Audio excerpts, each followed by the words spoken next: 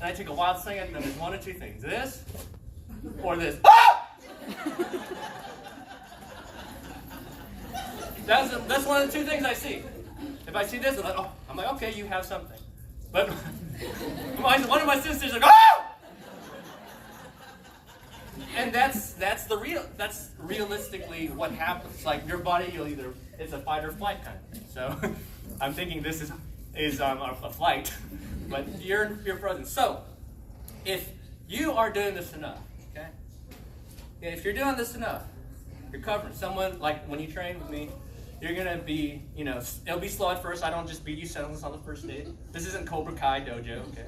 This is Zenpon Dojo. So we build you up slowly. The reason also I made my dojo is because I want to cater to the absolute beginners. A lot of dojos you walk in, it's kind of intimidating, right? You got people who are super buff and they're just like bum, bum, bum, bum, bum. You got women who are ripped and you're like, zing! What body fat percentage does that lady have to be? And it's just like, wow, there's just so much going on. I think I don't want to be here. But if you go to my dojo, it's very, very serene. If you can tell by these young ladies, they look pretty serene, hopefully. They don't look very aggressive. And if you ever get hurt, we have like 5 nurses who are. She's one right there. And if you need drugs, she'll be legal. How would all these methods apply to an armed attacker? Because that's more often than not, you're going to be facing an armed attacker. Yes. That's what we were doing earlier about the marker from the knife. Okay, yeah. And then for guns, that's a whole different subject that I will not get into today. That is just something that's, of course, like God forbid, you run into somebody with a dojo, not with a dojo, that's me, with a gun, right? This is my move when the gun is in front. What do you want? What do you want? Here. That's my move. Okay? Well, that's not worth it. But if, say someone is, I have my kid, I don't have a kid, but if I had a kid, or my wife, I do have a wife, she's going to be behind me or to the side, then yeah, there's things you can do. You can start moving to the side, and you start controlling your environment, putting the person behind you that you're cared about, focusing on you, redirecting, you're redirecting and you're moving your body at the same time, strike or hug, headbutt, throw, whatever. There's a lot of things you can do, but man, you gotta be fast. You gotta be fast and you gotta be fearless, and that's something that will take oodles amounts of practice, copious amounts of practice.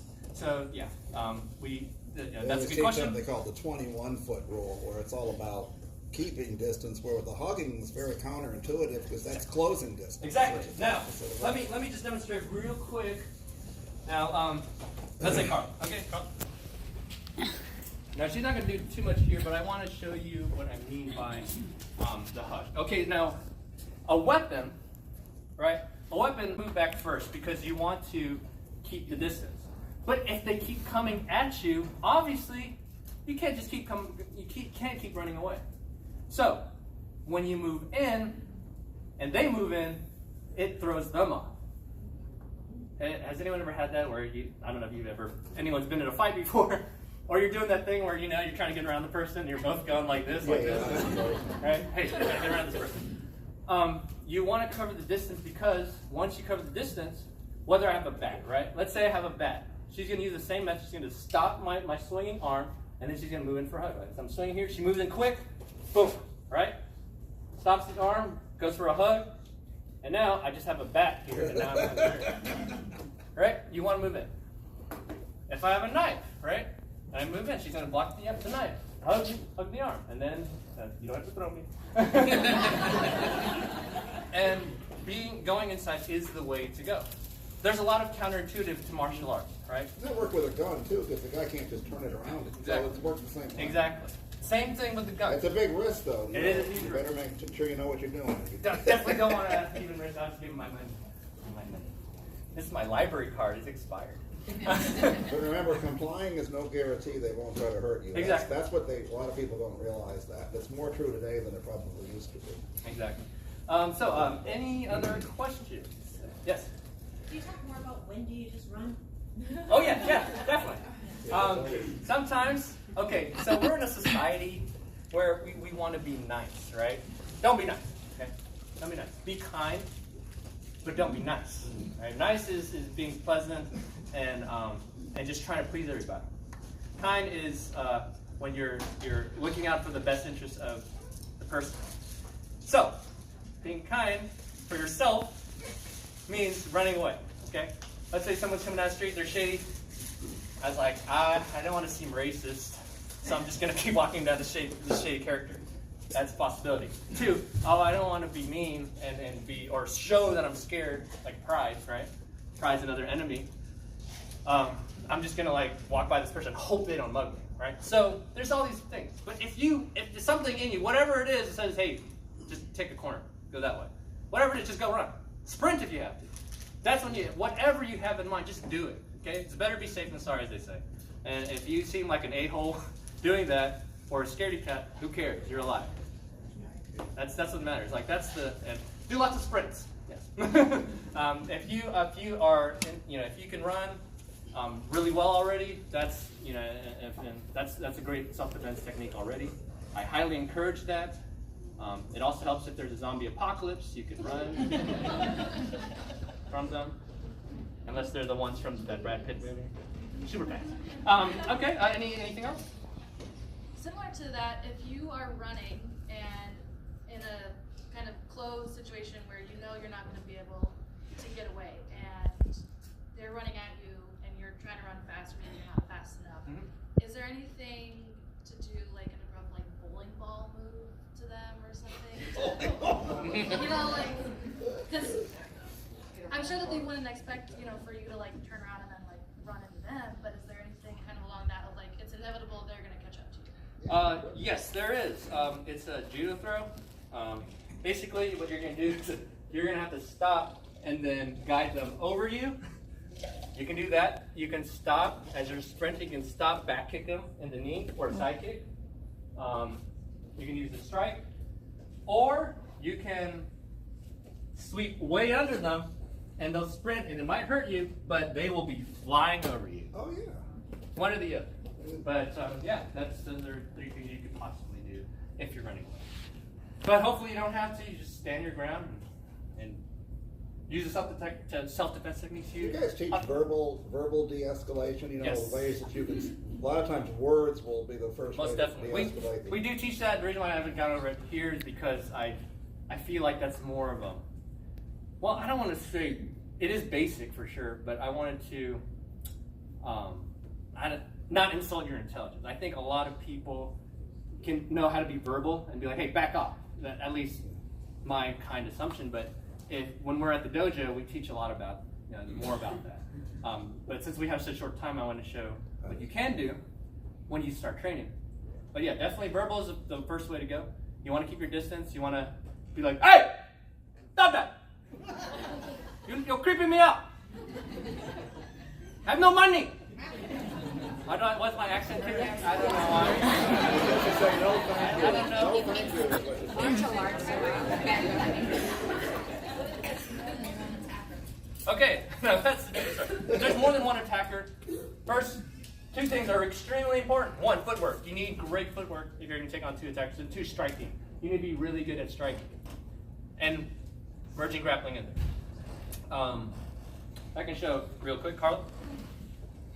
So she's going to show you one of the main grapplings to do when you're attacking someone. So it's called a clinch. Okay, so she's going to hug my neck basically here. Okay, when you have this clinch, then you can use the person as a meat shield for the second attacker. So you can move me around, keep me tight. Here. While that, you can deliver knees to my body, boom, and then with the other knee, boom, and I'm like a Limp Bizkit here. But yet, you can use the person as a meat shield for a little bit. Now, if you're proficient in striking, you can side kick, front kick, all this, spin kick, sweep, takedown. You can do a lot of different things. You can jump back and forth, but that takes more training. So, yes, if there's multiple attackers, you need great footwork, and you know how to strike really well. It's more likely to have multiple people than it used to be, too. That's the other thing. Yeah. That's more common. And you want to put them in a nice column. 1, 2, 3, 4. Yeah, you want to get them in a nice row. Yes. So you showed how to hug somebody, but what if you're the one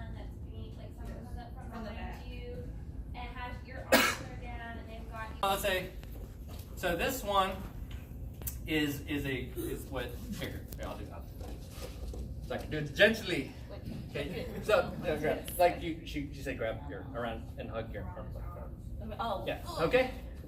So first, you want to drop your weight, okay? If this is happening, you want to drop. If they pick you up, then you might have to hook your leg, like that. So they don't pick you up, then you drop. Then you take a step, here. Then from this step, you can either pick them up like this, or you can drop back. Boom. And then from here, boom, boom, boom, get wrapped, okay? So yeah, you would have to drop weight, step behind, and then go from there. And if you're not strong enough to do all this? Okay. Hopefully I'm strong. I'm stronger than her.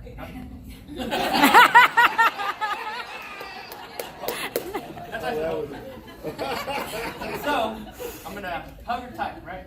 But what she's going to do is once she gets that hug, she's going to drop. That drop in weight, it'll kind of slip her out just a little bit for her to sweep her leg around. Hugging!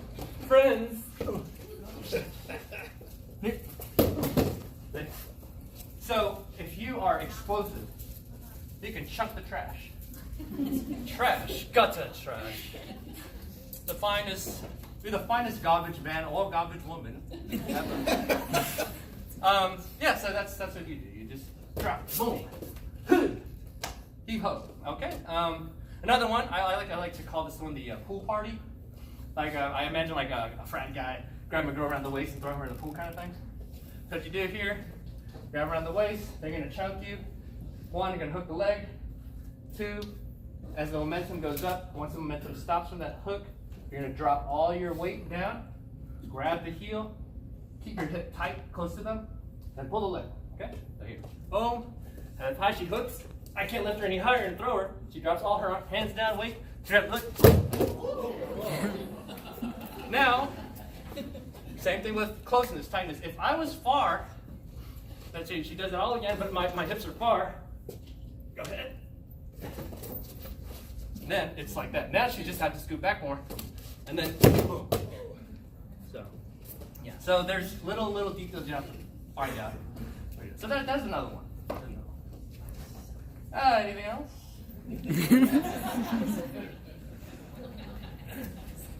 Good. Oh. Can we have that? Oh, I can upload on YouTube. Zenpod Dojo. Just type that on the YouTube, and you'll see it. You'll see it there. If you need my contact or email, just go ahead and email me. If you need a class schedule or price guide, we got it here. I also have a sample lesson plan. So if you want to see, like, okay, what am I going to learn? How's it structured? What we do is when you train with me, you get a handout. And in the handout, it's kind of like a study guide and a plan. So here, it talks about the concepts. Here's one that says hard to soft, soft to hard, which we went over today. Then there's the technique. And then there's boxes under there. The boxes are for you to date. You put the date of when you practiced and went over that lesson. So then, when we look over your folder, we'll be like, all right, you went over footwork for boxing a lot, but you barely went over full choke escapes, right? So you would be able to keep track of your techniques, how proficient you are with them, and then after however long you need to feel comfortable with your techniques, then we test you. And man, that test, we will put you through the ringer because we want you to build one main thing from here. A fighting spirit, tenacity, strength, inner strength. Because a lot of people, when they fight somebody, they don't. It's like the animal kingdom out there, right? They don't want to deal with. You can be a small lion, but if you have so much fight in you, the big lion's gonna be like, man, forget this. It's too much trouble. A lot of people who are out there that want to fight you or mess with you or bully you, they're not looking for a tough fight. They're looking to have an easy pick you. So if you show that you have so much fight in you that there's no way they can just be, your spirit is so much stronger, you can actually win from just that alone. So what we go over when we train is not only the repetition and technique, but to build that inner strength. So you'll be getting very tired a lot, but you also feel more alive. And that through that, you'll know just actually how strong you really are. I've had a lot of people train with me. I come in, no background in martial arts. Within a few months, they're just like, hey, I can do all this. And it's amazing to see the change. It's really wonderful. Some people come in from an abusive relationship or they've just gone through some things, and the change is wonderful to see. I had a student who was raped before. She was just in tears when we started training, and after just 2 weeks of daily training, I went to visit her house one time, and her mom was just like, thank you so much. I have not seen my daughter so happy in such a long time. It's very healing. My other friend, he's just kind of wondering what he should do because he's like in his 30s and unmarried. He just broke up with his girlfriend, but yet through the martial arts, it's bringing him peace. So yeah, there's a lot to it, and that's why I do it. I was bullied a lot when I was a kid. I was bullied a lot, and but I didn't really think it a bad thing. I thought I just have to get stronger. That was my mindset. I didn't get a victim mentality. I was just like, I just have to get stronger. I was saved, but I was attacked by my uncle, married into the family. He grabbed me, he put me in my sister's bed, and he mounted me. He's like, if you tell anybody about this, I'll kill you. Then my mom called my name, then he got off. So yeah, it's real. There's a lot of horror out there, and people who are very evil. But you learn how to defend yourself. It's not only just for you, it's for your kids, your boyfriend, your girlfriend, your husband, your wife, whoever you need to teach. It's for the people around you. So that's why I opened the dojo, and I hope that you all will be interested, or send your kids, or your husband or wife. Like, hey, learn this and teach me. Because yeah, our lives is, this is all we got, really. You can lose your job. Oh, we also have that. Don't take advantage of me. But one of my friends, he got laid off, and he still trains at the dojo. You become family. We're not just some gym. You really become family, and I fully believe that if you continue to keep a positive energy, keep working out, keep training, people are gonna want to hire you. You become a magnet. It's like if you're down in the dumps, oh, I lost my job, I suck. That's not gonna get you the next job. You might get another job, but that energy, the employers will feel that like this person's a negative Nancy. So we keep you trained. If you train with me, and you, God forbid, lose your job, you're still with, and just don't take advantage of me. Okay? Believe me. So,